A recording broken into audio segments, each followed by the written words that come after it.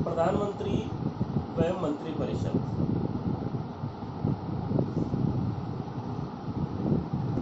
भारत में संस्थात्मक शासन व्यवस्था को अपनाया गया है, जिसमें राष्ट्रपति नाम मात्र का और प्रधानमंत्री तथा उसकी मंत्रिपरिषद वास्तविक कार्यपालिका होती है। संविधान के अनुच्छेद 74 में कहा गया है, राष्ट्रपति को सहायता और परामर्श देने के लिए एक मंत्रिपरिषद होगी, जिसका प्रधानमंत्री होगा। राष्ट्रपति मंत्रिपरिषद की सलाह के अनुसार कार्य करेगा।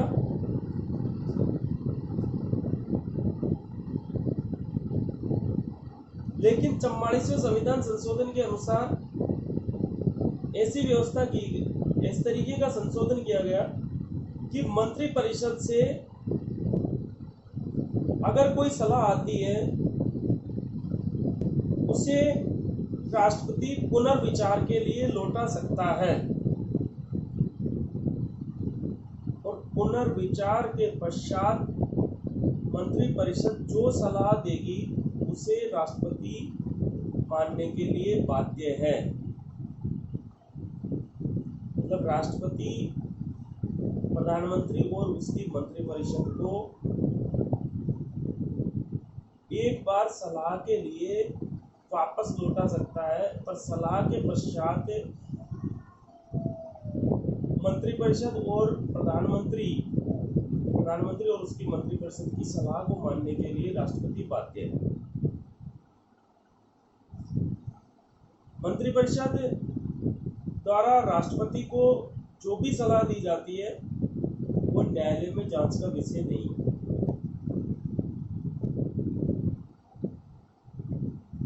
भारतीय संविधान के अनुच्छेद 75 में कहा गया है कि प्रधानमंत्री की नियुक्ति राष्ट्रपति करता है तथा अन्य मंत्रियों की नियुक्ति राष्ट्रपति प्रधानमंत्री की सलाह पर करता है।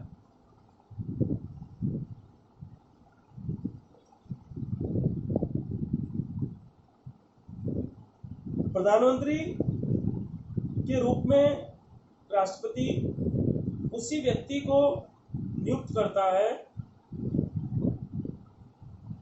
जिस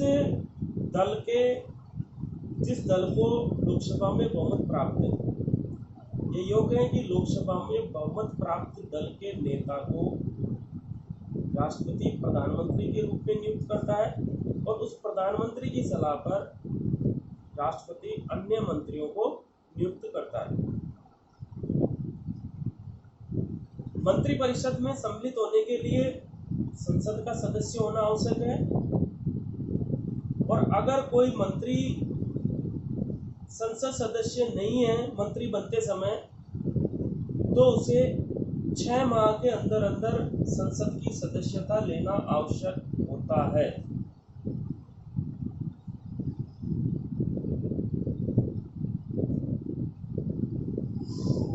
मंत्रिपरिषद का आकार क्या होगा, इसके बारे में मूल संविधान में नहीं कहा गया था, परंतु जब कई राज्यों में और केंद्र में जब गठबंधन की सरकारें आई तो मंत्रिपरिषद का आकार बहुत लंबा बढ़ने लग गया। तब 91वें संविधान संशोधन 2003 के द्वारा एक व्यवस्था की गई, 91वां संविधान संशोधन 2003। इसके द्वारा व्यवस्था की गई कि मंत्रिपरिषद की सदस्य संख्या निम्न सदन की कुल सदस्य संख्या के 15% से अधिक नहीं हो सकती।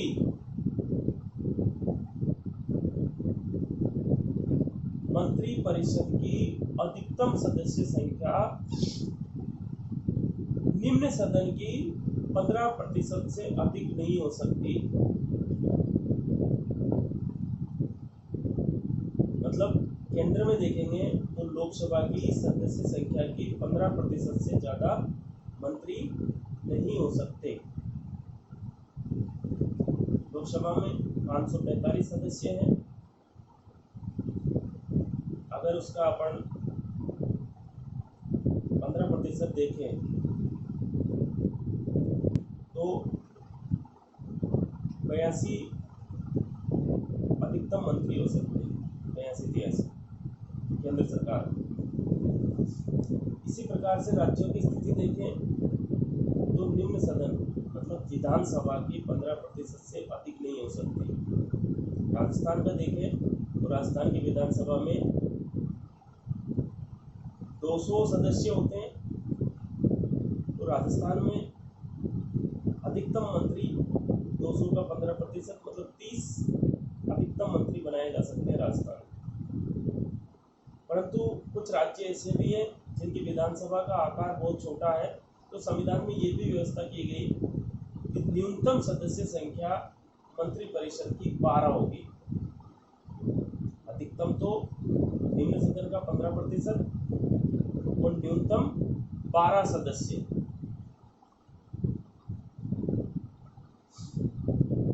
तो ये सब व्यवस्थाएं की गई 91वें संविधान संशोधन 2003 के द्वारा।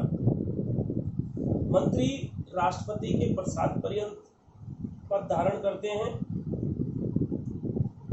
मंत्रिपरिषद सामूहिक रूप से लोकसभा के प्रति उत्तरदायी होती है।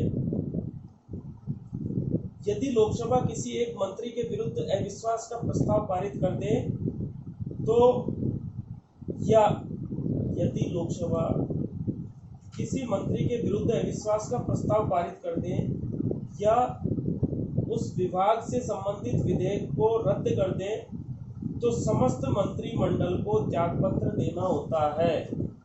मतलब लोकसभा के प्रति सामूहिक रूप से मंत्रिपरिषद उत्तरदायी है। मंत्रिपरिषद के सदस्य एक साथ उठते हैं और एक साथ तैरते हैं।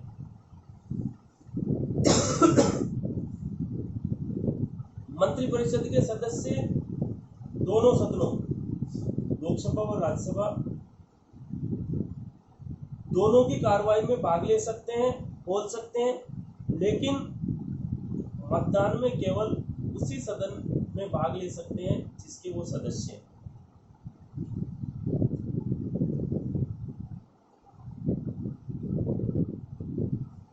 मंत्रिपरिषद में 3 प्रकार के मंत्री होते हैं: कैबिनेट मंत्री, राज्य मंत्री और उपमंत्री।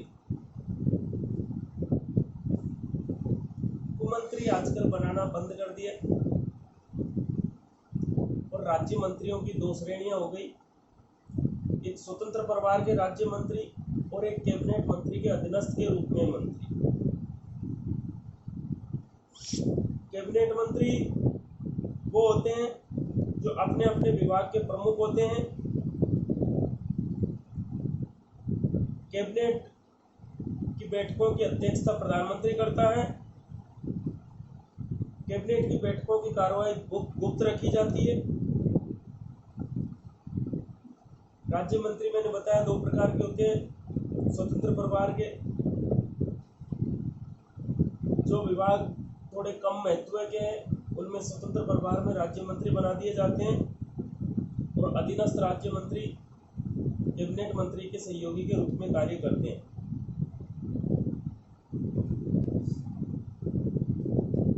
उपमंत्री आजकल बनाना बंद कर दिया। कई राज्यों में संसदीय सचिव नाम से एक नया पद गठित किया गया है।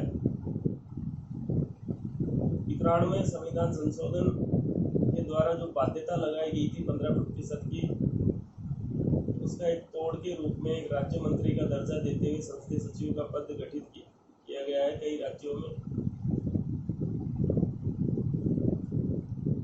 इस प्रकार से प्रधानमंत्री मंत्रिपरिषद के बारे में अपन ने थोड़ा सा देखा।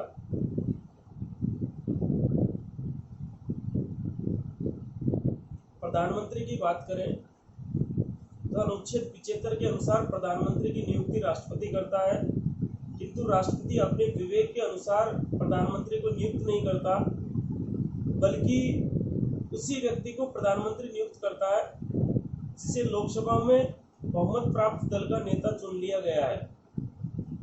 अगर लोकसभा में किसी भी दल को बहुमत प्राप्त नहीं है तो सबसे बड़े दल के नेता को सरकार बनाने का न्योता दिया जाता है और जल्दी बहुमत सिद्ध करने को बोला जाता है।